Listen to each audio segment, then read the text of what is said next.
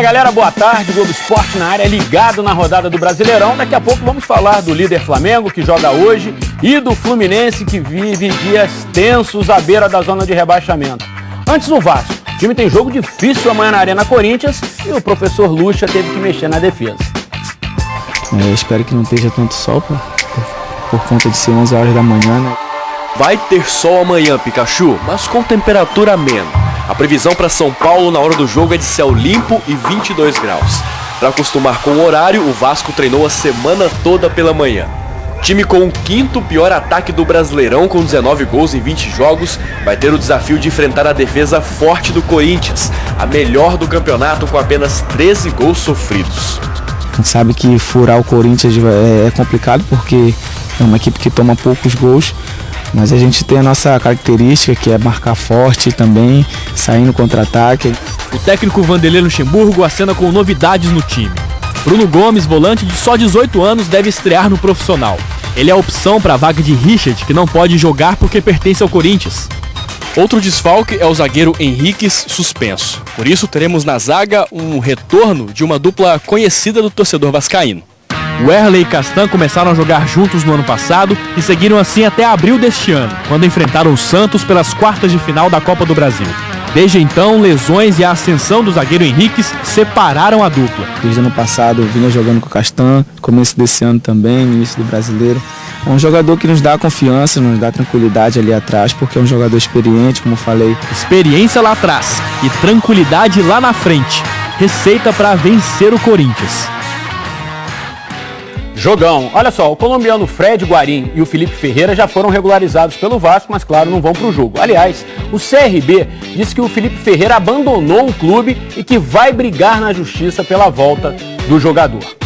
O Botafogo só joga na segunda contra o Fortaleza, ao vivo, no Globoesporte.com. O jogador que todos procuravam não estava em campo treinando.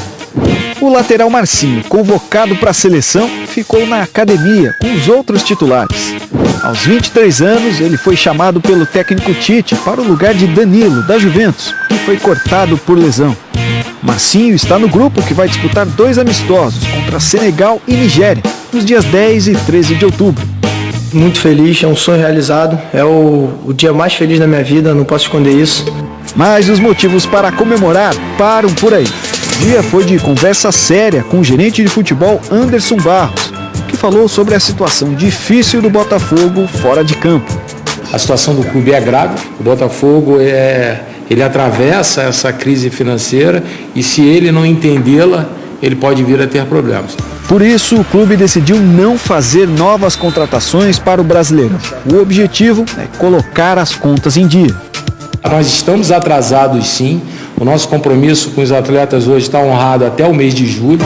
A diretoria quer resolver a parte financeira para dar tranquilidade aos jogadores e ao técnico Eduardo Barroca. O time enfrenta o Fortaleza fora de casa na segunda-feira.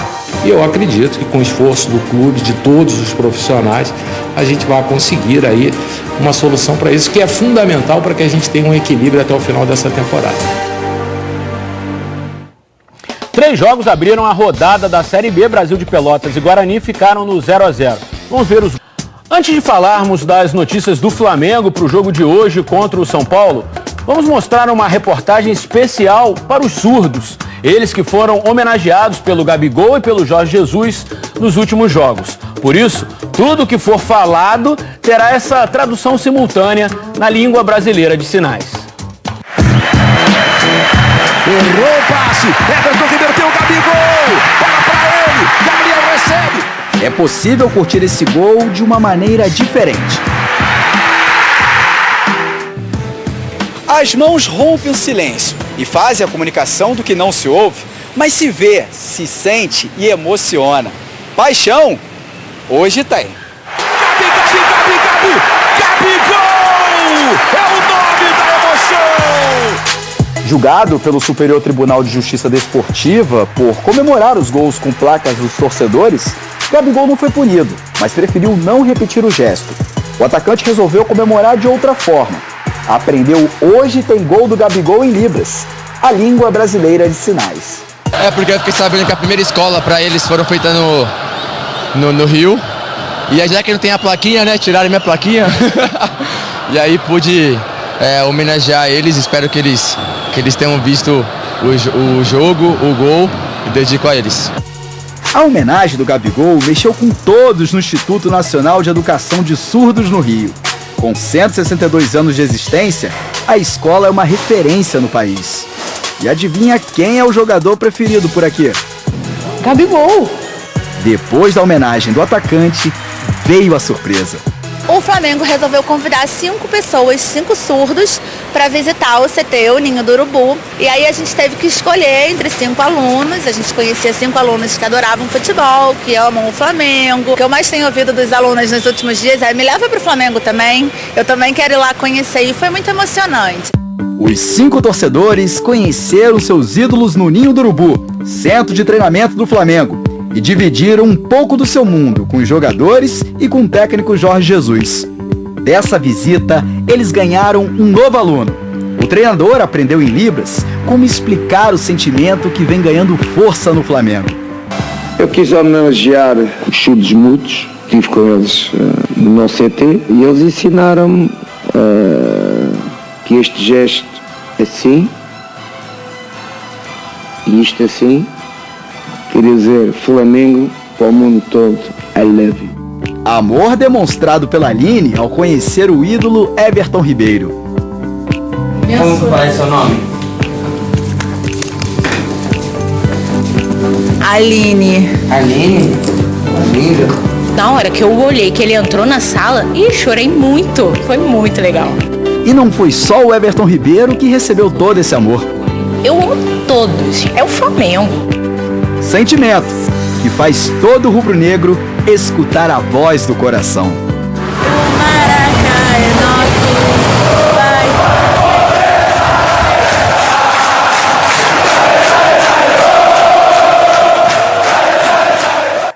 Sensacional. Vamos falar agora do jogo de logo mais no Maracanã contra o São Paulo, às 7 horas da noite.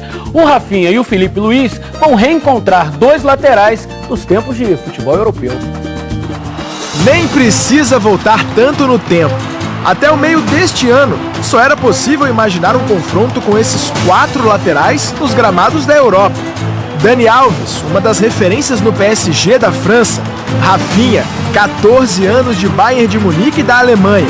Felipe Luiz e Juan Fran, titulares absolutos do Atlético de Madrid da Espanha. Rafinha eu já imaginava, a gente já conversava, sabia que era possível, mas ter esse duelo ali, nunca, na verdade, nunca imaginava. Pois os 4 estarão em campo logo mais no jogo entre Flamengo e São Paulo. Os 4 são da mesma geração. Por isso, o Maracanã vai marcar um reencontro para todos eles. No Flamengo, Felipe Luiz voltou a jogar com Rafinha, que já tinha sido companheiro dele na seleção brasileira. Pelo Brasil, Felipe também jogou com Dani Alves. Foram campeões da Copa América, mas já se enfrentaram muitas vezes na Espanha. Rafinha também já enfrentou o Dani Alves na Liga dos Campeões. E o Juan Fran, que hoje joga no São Paulo com o Dani Alves, também já foi adversário dele, junto com o Felipe Luiz. Os dois jogaram por 8 anos no Atlético de Madrid. Somando as conquistas dos 4 laterais, são 82 títulos. Rafinha e Felipe Luiz tentam mais 2, Libertadores e Brasileiro. E Jorge Jesus já disse que não vai poupar ninguém. Não temos por que poupar, a gente está lutando pelas 2 competições, estamos no Brasileiro, momento mais difícil da competição, onde vão ter muitos jogos, onde a gente vai precisar de todo mundo. Para o São Paulo, este jogo vai marcar a estreia do novo técnico. Fernando Diniz entrou no lugar de Cuca. O Flamengo vai ter o reforço dos mais de 60 mil torcedores que esgotaram os ingressos. Um público do tamanho desses 4 laterais. Bom, como você viu aí na reportagem do Guido Nunes, o técnico Jorge Jesus não deve poupar mesmo ninguém, vai escalar a força máxima, mais ou menos o mesmo time que venceu o Internacional na quarta-feira. No São Paulo, o técnico Fernando Diniz, estreante do dia, promete manter o estilo ofensivo de sempre. É o auge da minha carreira até agora, espero de fato poder corresponder à expectativa de todos, a minha própria também, e fazer com que os jogadores joguem bem, que conquistem as vitórias que todos querem e que cative o torcedor jogando de uma maneira bonita. Olha só, se liga nesse resultado impressionante do time feminino do Flamengo. Hoje de manhã, no Campeonato Carioca, o Flamengo goleou o Greminho por 56-0. Isso mesmo, 56-0. Que goleada. A dança dos técnicos continua no Brasileirão. O Abel Braga chegou ao Cruzeiro para o lugar do Rogério Ceni, que foi demitido, e o Rogério Ceni voltou ao Fortaleza após a saída do Zé Ricardo. Rogério que teve problemas com os jogadores do Cruzeiro, barrou o Thiago Neves e depois de toda a repercussão sobre a saída do Rogério Ceni, o zagueiro Dedé pediu para dar um pronunciamento e explicar a sua versão. Eu simplesmente pedi para o Rogério, perguntei, eu falei que o Thiago Neves, o Sassá e o Edilson, que são jogadores importantes para a gente, que não ficasse, que não deixasse o Thiago e o Edilson e o Sassá deixassem o jogador de lado, porque são jogadores decisivos, tiveram partes decisivas na história do clube. Por mais que tenha virado as costas para mim, eu não tenho nada contra o Rogério, nunca tive, sempre me dediquei ao máximo. Ali um momento que eu acho que ele poderia me dar uma resposta, mas nem essa resposta a gente teve ali no momento. E amanhã foi tensa no centro de treinamentos do Fluminense. Cerca de 50 torcedores derrubaram o muro do CT e ameaçaram os jogadores. O Fernando Saraiva conta os detalhes. Olá, boa tarde a todos. Foi tensa amanhã aqui no CT do Fluminense, na zona oeste do Rio de Janeiro, por volta de 10 horas da manhã. Um grupo de cerca de 50 torcedores invadiu o CT. Para isso, eles derrubaram uma proteção de metal e chegaram até a área dos jogadores, que estavam se preparando para o jogo de amanhã contra o Grêmio no Maracanã. 40 minutos de ameaças, de cobranças por um desempenho melhor dos jogadores na sequência do Campeonato Brasileiro. Eu conversei com os seguranças, eles disseram exatamente isso, que foram 40 minutos de ameaças, mas que não houve, por exemplo, agressão física. Os jogadores do Fluminense estão bem, estão agora concentrados para o jogo de amanhã contra o Grêmio. A gente vai acompanhar agora uma reportagem do Kiko Menezes que mostra qual foi o estopim para a demissão do técnico Oswaldo de Oliveira. Eram 18 minutos do segundo tempo da partida contra o Santos, quinta, no Maracanã. Vai sair o Ganso. Ele tá falando que você é burro. Ele falou, você é burro para alguma coisa. Ih, rapaz. Você é vagabundo. É o retrato desse Fluminense em crise, hein? Eu pedi para ele voltar para fazer a marcação e ele disse um palavrão. Eu, na mesma hora, troquei o Ganso do jogo. Foi isso que aconteceu. Você viu voltando a marcação sempre ali, então acho que não foi por isso não, foi por outra coisa, mas que não veio ao caso. Existe uma hierarquia que ela tem que ser respeitada e o Ganso desrespeitou, ofendendo o treinador, que naturalmente teve uma reação. Mas os dois erraram, exatamente no comportamento, Um grupo de torcedores tomou partido, ficou contra o técnico.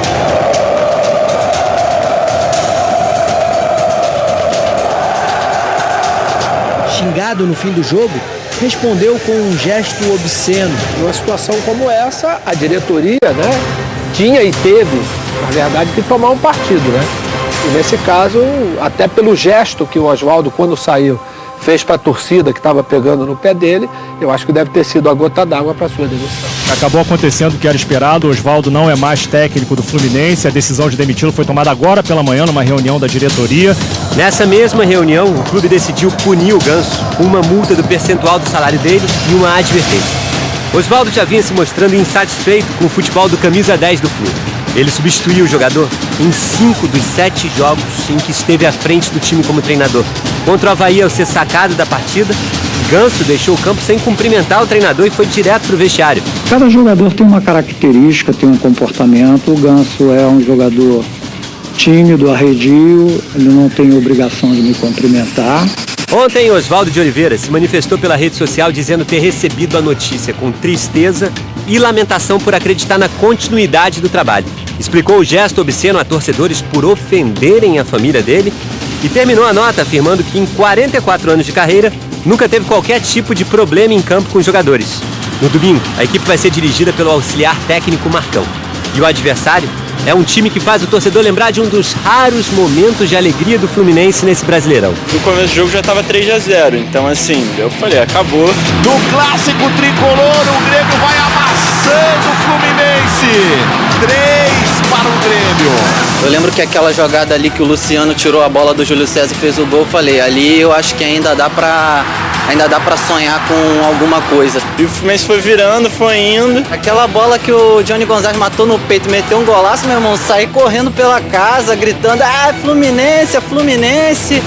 A virada épica do Fluminense sobre o Grêmio, 5-4, jogando na casa do adversário. Eu acho que sem dúvida é um dos grandes jogos desse Brasileirão. Aquele time era início de campeonato, era cheio de sonhos, né, de ambições de chegar longe no Campeonato Brasileiro. Hoje a situação é de pressão. O time era outro também.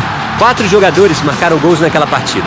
O Flu não pode mais contar com 3 deles para o jogo de amanhã. O zagueiro Matheus Ferraz se recupera de uma cirurgia no joelho.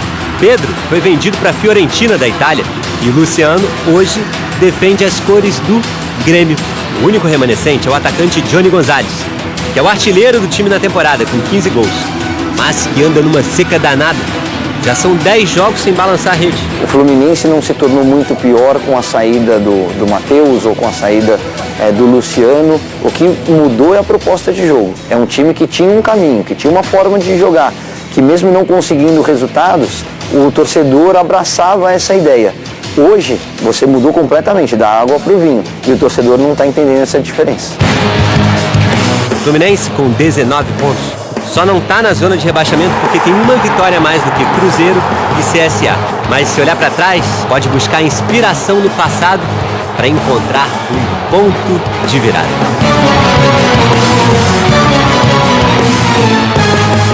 É isso aí, fica a dica do Kiko, né? Ponto de virada. Valeu, galera. Um abraço, lembrando.